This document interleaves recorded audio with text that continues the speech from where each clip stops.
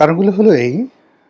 ১ নম্বর কারণ, শেখ হাসিনা সাম্প্রতিক সময়ে দিল্লির যে আন্তর্জাতিক একটা প্রেস ক্লাব আছে, যেখানে বিদেশি সাংবাদিকরা তাদের যে press club, international foreign correspondence club. তো সেই ক্লাবে শেখ হাসিনা ভার্চুয়ালি একটা বক্তব্য দিয়েছেন, সংবাদ সম্মেলন করেছেন, যে ব্যাপারে বাংলাদেশে নিযুক্ত ভারতীয় রাষ্ট্রদূত মিস্টার দীনেশ ত্রিবেদী, তাকে মোটামুটি ডেকে আনা হয়েছে বাংলাদেশের যে প্রধানমন্ত্রী, পররাষ্ট্র উপদেষ্টা, তার দরবারে। এবং সেখানে তাকে বেশ একটা অন্যরকম, এটা না দেখলে বোঝা যাবে না বাংলাদেশ যে এখন কোথায় চলে গেছে। পররাষ্ট্র উপদেষ্টা, প্রতিমন্ত্রীর পদমর্যাদার সম্পন্ন মানুষ, তিনি রাজকীয়ভাবে একটি সোফাতে সুন্দরভাবে বসেছিলেন। তার উল্টো দিকে একটা ডবল সোফা। মানে নর্মালি এ ধরনের যে কৃষ্টি এবং কালচার হয়, আপনি যখন কোনো সম্মানিত লোকের সাথে বসবেন, তো সেখানে সমপর্যায়ের চেয়ার থাকে। আপনি যদি একটা সিঙ্গেল সোফাতে বসেন, আপনার অপোজিটে আরেকজনকে সিঙ্গেল চেয়ারে বা সিঙ্গেল সোফাতে আপনি দিবেন। আপনি যদি চেয়ারে বসেন, তার জন্য ঠিক সিমিলারলি একটা চেয়ার রাখবেন, মধ্যে একটা টেবিল থাকবে। এটা হলো একটা কার্টেসি। ২ নম্বর হলো যে আপনি কার সঙ্গে বৈঠক করছেন। যদি আপনার সাথে তার পদ মর্যাদা বেশি থাকে, তাহলে সেখানে আপনার ড্রেস কোড, আপনার বসার ভঙ্গি, আপনার দুপা কীভাবে রাখবেন, আপনি ক্রস লেগ করবেন কিনা, পায়ের উপর পা তুলবেন কিনা, আপনি হাত কোথায় রাখবেন, এগুলোর একটা ডিপ্লোম্যাটিক ভাষা রয়েছে। সেই দিক থেকে যিনি বাংলাদেশের পক্ষে ছিলেন, তিনি মন্ত্রী নন, উপদেষ্টা, মন্ত্রী নন, প্রতিমন্ত্রীর মর্যাদা সম্পন্ন। বয়সে তরুণ, একেবারে তার অপোজিটে যিনি মিস্টার দীনেশ ত্রিবেদী, তার সন্তান সম। অন্যদিকে মিস্টার দীনেশ ত্রিবেদী, তিনি বিজেপির শীর্ষ নেতা, অত্যন্ত ঝানু পলিটিশিয়ান, বহুবার সংসদ সদস্য হয়েছেন, মন্ত্রী হয়েছেন, আর এখন ডিপ্লোম্যাট রূপে তাকে এখানে নিয়োগ দেওয়া হয়েছে পূর্ণ মন্ত্রীর মর্যাদায়। অমিত শাহ, জয়শঙ্কর এবং এই যে বাংলাদেশে যিনি নিযুক্ত ভারতীয় রাষ্ট্রদূত, তাদের প্রোটোকল সেম ক্যাটাগরির। তো যেখানে ইতিপূর্বে আমাদের পররাষ্ট্র উপদেষ্টা, আমাদের প্রধান উপদেষ্টা ডক্টর মোহাম্মদ ইউনূস, মিস্টার জয়শঙ্কর, মানে ভারতের একজন মন্ত্রী, তার সঙ্গে দেখা করবেন, কিংবা আমাদের এখন যারা ধরেন অর্থমন্ত্রী আছেন, ইকবাল মাহমুদ টুকু আছেন, যিনি বিদ্যুৎ মন্ত্রী, তারা বিভিন্ন সময়টিতে যখন ভারতে গেছেন এবং সেখানে অমিত শাহের মতো লোক বসে আছেন পায়ের উপর পা তুলে, আর তারা যেভাবে দাঁড়িয়ে হাত কাঁচুমাচু করে যে দেখা সাক্ষাতের দৃশ্যগুলো আমরা দেখেছি স্টিল ফটোতে, তো সেই তুলনায় রাতারাতি আমরা এখন একেবারে রয়্যাল বেঙ্গল টাইগার হালুম পর্যায়ে পৌঁছে গেছি। তো যেটা বলছিলাম, দীনেশ ত্রিবেদীকে ডেকে আনা হয়েছে বা তিনি এসেছেন। তারপরে সরকারের যিনি পররাষ্ট্র উপদেষ্টা, তিনি বসেছেন একটা সোফাতে, তার উল্টো দিকে একটা ডবল সোফাতে। হ্যাঁ, সেই ডবল সোফাতে একজন ভিজিটর হিসেবে দীনেশ ত্রিবেদীকে বসিয়ে রাখা হয়েছে এবং দীনেশ ত্রিবেদী ২ হাত জোর করে এমনভাবে কথা বলছিলেন যেন তিনি কোনো রাজা বা মহারাজার সামনে নিজেকে অবনত করেছেন। তো সেই বৈঠকে সরকারের পক্ষ থেকে, বাংলাদেশের পক্ষ থেকে মোটামুটি নির্দেশনা দেওয়া হলো, অনুরোধ নয়, নির্দেশনা, যে কোনো অবস্থাতেই শেখ হাসিনা যেন ওখানে বক্তব্য দিতে না পারে এবং এটি কোনো অবস্থাতে মেনে নেওয়া হবে না। কিন্তু বাস্তব হলো যে শেখ হাসিনা সেখানে বক্তব্য দিলেন। বক্তব্য দেওয়ার পরে বাংলাদেশের পক্ষ থেকে অত্যন্ত জটিল, কুটিল এবং অত্যন্ত কড়া ভাষায় ইংরেজিতে ফাটিয়ে ফেলা হলো অসাধারণ একটা চিঠি, যে চিঠি মানে বাংলাদেশে যেভাবে লিখেছে, এটি ডোনাল্ড ট্রাম্পও ভারতকে এ ভাষায় চিঠি লিখতে সাহস পেতেন না। চীনের প্রেসিডেন্ট তো প্রশ্নই আসে না। তো এইভাবে চিঠি লেখা হয়েছে এবং চিঠিকে আরও শানিত করার জন্য, আরও ক্ষুরধার করার জন্য, আরও উত্তেজনা ছড়ানোর জন্য মোটামুটি ৯ বার, 9 টাইমস এই চিঠির ভাষা পরিবর্তন করা হয়েছে বলে বিভিন্ন ইন্টারনেটের যে প্ল্যাটফর্ম রয়েছে সেখানে খবর আসছে। এবং বারবার ওই যে পররাষ্ট্র মন্ত্রণালয়ের যে চিঠিটি, সেটা নাকি একবার দেওয়া হয়েছে ইন্টারনেটে, তাদের যে পেজগুলো আছে সেই পেজে, তারপরে আবার পরিবর্তন হয়েছে, এভাবে পরিবর্তন হয়েছে, এভাবে ৯ বার পরিবর্তন করা হয়েছে। বুঝেন যে সরকারের রাগ কতবার। আমরা যখন একজনকে বলি যে তোকে একটা থাপ্পড় মারবো, এটা হলো প্রথম রাগ। পরে মনে হলো না, শুধু থাপ্পড় হবে না, বলা হলো যে তোকে একটা চটকানি মারবো, এরকম কান পট্টি ফাটিয়ে ফেলবো, বরিশালের আঞ্চলিক ভাষায়, কানসা ফাটিয়ে ফেলবো। ২, ৩ নম্বর হলো যে না, কানসা ফাটানো হবে না। তোকে এমন একটা চটকা নিয়ে মারবো তুই চিত হয়ে পড়বি, তারপরে তোর পিঠের উপর একটা কেনু দেবো, একদম রওয়া পড়া কেনু, বরিশালের ভাষায় রওয়া পড়া কেনু, সেটা মারবো। তারপর আপনার রাগ কমলো না। এরপর আপনি একের পর এক ভাষা শক্ত করতে থাকলেন।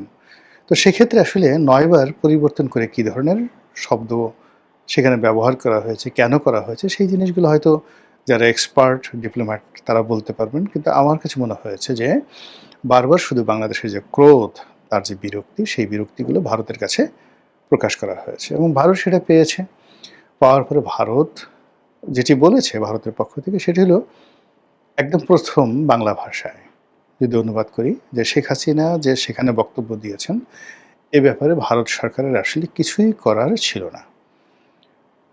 ভারতে তিনি যে অবস্থানে আছেন, যে মর্যাদায় আছেন, তার মুখ বন্ধ করা বা তাকে নিষেধ করা এটা আমাদের প্রোটোকলের মধ্যে পড়ে না।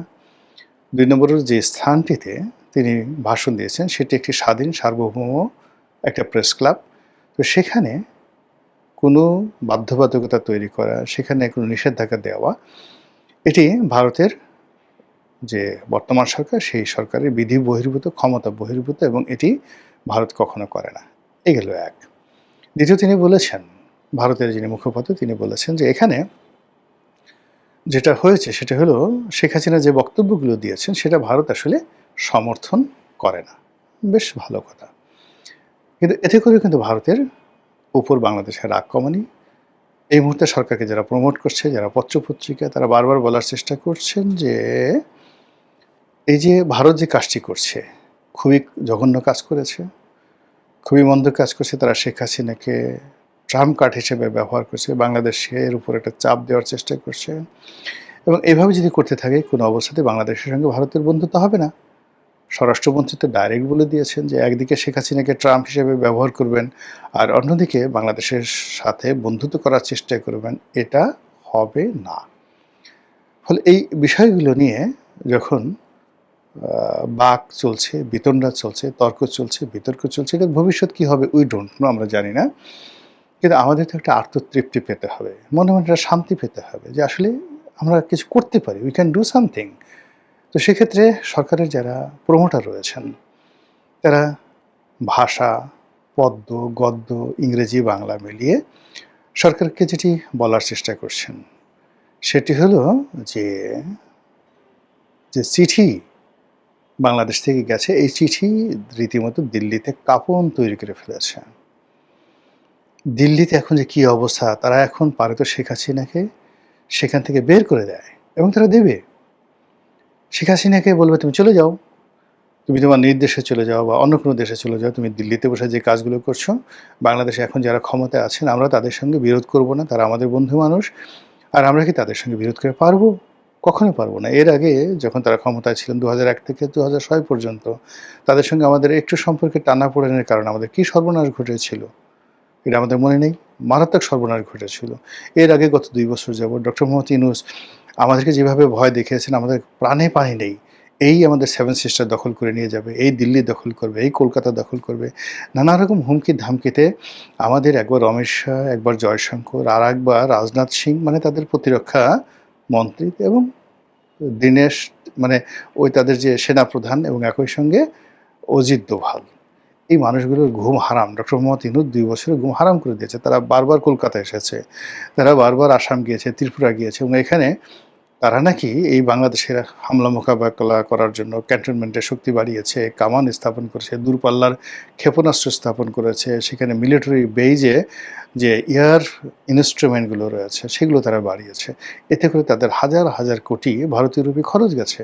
তো কাজেই ভারতের যে এখন অর্থনৈতিক দুরবস্থা, নুন আনতে পান্তা ফুরায়, তারা যেটা বদনা কিনবে সে বদনাও তাদের নেই।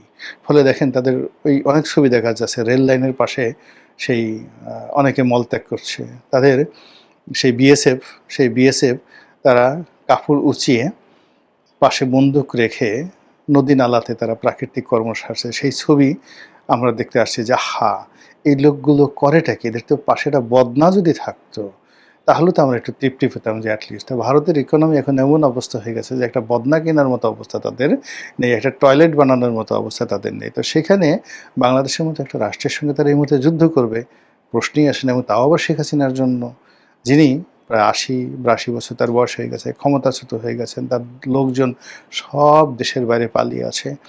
তো এখানে শেখ হাসিনা বিরোধী যারা লোকজন তারা মনে করে শেখ হাসিনা একটি পচা জিনিস, রদ্দি মাল। কাজে তাকে নিয়ে ভারত কোনো অবস্থাতেই মাথা ঘামাবে না এবং ভারত শেখ হাসিনাকে যে কোনো মূল্যে ভারত ছাড়া করে সরকারের সঙ্গে বন্ধুত্ব করবে। এই ধরনের একটা কনফিডেন্স যে কোনো কারণে হোক সরকারের যারা লোকজন আছে তাদের মধ্যে জাগিয়ে তোলা হচ্ছে তৃতীয়, চতুর্থ, পঞ্চম পক্ষের মাধ্যমে।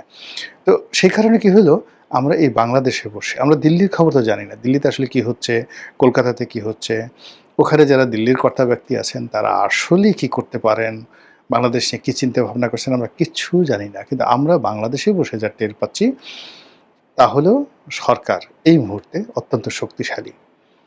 ইতিমধ্যে সরকার সৌদি আরবের সঙ্গে একটা জোট করেছে, সামরিক জোট করেছে। ১৩ দেশীয় একটা জোট করেছে। সেই জোটের মূল প্রতিপাদ্য হলো যে তারা একে অপরের বিপদে এগিয়ে আসবে। কাজে বাংলাদেশে যদি এখন কোনো রকম সমস্যা হয় ভারতের সঙ্গে, এখানে পাকিস্তান আসবে, সৌদি আরব আসবে, তুরস্ক আসবে, তাদের অঢেল অর্থ আসবে। ফলে ভারতকে আমাদের তো ভয় পাওয়ার দরকার নেই। ২ নম্বর হলো যে আমরা এই মুহূর্তে চীনকে যেভাবে পেয়েছি, চীনের সঙ্গে যেভাবে অর্থনীতি আমাদের এগিয়ে চলছে, চীনের প্রেসিডেন্ট যেভাবে বাংলাদেশের প্রধানমন্ত্রীকে সম্মান দেখিয়েছেন, এর আগে মালয়েশিয়ার প্রধানমন্ত্রী যেভাবে আমার বন্ধু মহাজাদু জানে বলে তারেক রহমান সাহেবকে উষ্ণ অভ্যর্থনা জানিয়েছেন, সেখানে কী সব নরেন্দ্র মোদী, অমিত শাহ এগুলো গণনা করার কি সময় আছে? এইভাবে একটা জিকির তোলা হচ্ছে। আর সেই জিকির তোলার কারণে কি হচ্ছে, সরকারের যারা লোকজন তারা মনে করছে না we are right. Narendra Modi প্রথমে তারেক রহমান সাহেব ক্ষমতা আসার পর তাকে দাওয়াত দিয়েছিলেন, সেই দাওয়াতের ভবিষ্যৎ আমরা জানি না। এরপর আবার সামনে যে একটা সম্মেলন হচ্ছে ব্রিক্স, সেই ব্রিক্সের সম্মেলনে তারেক রহমান সাহেবকে দাওয়াত দেওয়া হয়েছে অংশগ্রহণ করার জন্য। আজকের দিনের খবর হলো সম্ভবত সরকার সমর্থিত যে সকল পত্রিকা রয়েছে তারা বলছে যে সম্ভবত তারেক রহমান সাহেব এই ব্রিক্স সম্মেলনে যাচ্ছেন না। কেন যাচ্ছেন না? এর কারণ হলো তিনি যখন এই সম্মেলনে যাবেন তখন তাকে সম্মেলনের একজন অংশগ্রহণকারী হিসেবে আলাদা প্রোটোকল দেওয়া হবে না। কিন্তু যখন দ্বিপাক্ষিক কোনো বৈঠকে সেখানে যাবেন তখন যে সম্মান তিনি পেয়েছেন আপনার বেইজিংয়ে, যে সম্মান পেয়েছেন কুয়ালালামপুরে, একই সম্মান তিনি দিল্লিতে পাবেন। কিন্তু তিনি যেমন চীনের সফরে গেছেন, সফরে মালয়েশিয়া থেকে গিয়ে চীনের বেইজিংয়ে ঢোকার আগে তিনি ডালিয়ান প্রদেশে একটা কনফারেন্সে তিনি সেই ইকোনমিক কনফারেন্সে অংশগ্রহণ করেছিলেন এবং সেখানে তাকে সাদামাটা অন্য অতিথিদেরকে যেভাবে একজন প্রাদেশিক কর্মকর্তা তাকে অভ্যর্থনা জানিয়েছেন, রেল স্টেশনে তাকে রেল ভ্রমণ করিয়েছেন, ঠিক ওইভাবে হয়তো ভারতেও তাকে দেখা গেল যে বাংলাদেশ দূতাবাসে কোনো কর্মকর্তা গেল বা ওই যে ব্রিক্সের যারা আয়োজক তাদের পক্ষ থেকে কেউ থাকলো, একটা সাদামাটা। এটা তো বাংলাদেশের প্রধানমন্ত্রীর জন্য অবমাননাকর। তার গার্ড অফ অনার লাগবে, লাল গালিচা লাগবে, স্বয়ং নরেন্দ্র মোদী এয়ারপোর্টে তাকে আসতে হবে, নরেন্দ্র মোদী রিসিভ করার জন্য, সঙ্গে তার পারিষদবর্গ থাকবে, কামান দাগানো হবে। তারপরে নরেন্দ্র মোদীর বাসভবনে তাকে আবার দ্বিতীয় দফা গার্ড অফ অনার দেওয়া হবে। দিল্লি যেটা দিল্লি গেট যেটা রয়েছে সেখানে তাকে আবার সেই সানাই নহবত বাজিয়ে তাকে অভ্যর্থনা জানানো হবে, অথবা লালকেল্লাতে সবচেয়ে বড় যখন কোনো সেলিব্রেশন হয় সেটা লালকেল্লাতে তারা করে ভারত। তো সেই লালকেল্লাতে, রেড ফোর্টে এরকম অনুষ্ঠান হবে, কিন্তু ব্রিক্সে গেলে তো এই জিনিসগুলো হবে না। এই জন্য যারা সরকারের খুবই অ্যাডমায়ার আর প্রশংসাকারী তারা এই যে ব্রিক্স সম্মেলনে তারেক রহমান সাহেবের যে ভারত গমন এটাকে সমর্থন করছেন না। তো এই অবস্থাতে আসলে সব কিছু চলছে, এই অবস্থাতে সব কিছু চলছে এবং এই সব কিছুর মধ্যে আমরা বাংলাদেশে বসে টের পাচ্ছি যে আমরা যথেষ্ট শক্তিশালী হয়ে পড়েছি, আমাদের অনেক উষ্ণতা রয়েছে, উত্তেজনা রয়েছে এবং আমরা ভারতকে যে কোনো কথা বলতে পারি। আমাদের রাজপথে যারা নেতৃবৃন্দ রয়েছেন ভারতকে গালি দিতে পারেন অবাধে, ভারতকে সকাল বিকাল জয় বাংলা করতে পারেন, ইনকিলাব জিন্দাবাদ করতে পারেন, বাংলাদেশে পাকিস্তানকে স্বাগত জানাতে পারেন। সো এইরকম একটা স্বাধীন সার্বভৌম যে একটা জাতিসত্তা যে এই তারেক রহমান সাহেবের নেতৃত্বে এখন চলছে, যেটা শুরু হয়েছিল ইউনূসের জমানাতে, সেটা অব্যাহত আছে। তো এভাবে যদি চলতে থাকে তাহলে ভারতে তো আসলে ভয় পাওয়া ছাড়া কোনো উপায় থাকবে না। তো দেখা যাক আগামী রাজনীতিতে আমরা কতটুকু এগোতে পারি আর ভারত আমাদের সঙ্গে কতটা কমপ্লাই করে, সেটাই দেখার বিষয়। মহান আল্লাহ আমাদের সবাইকে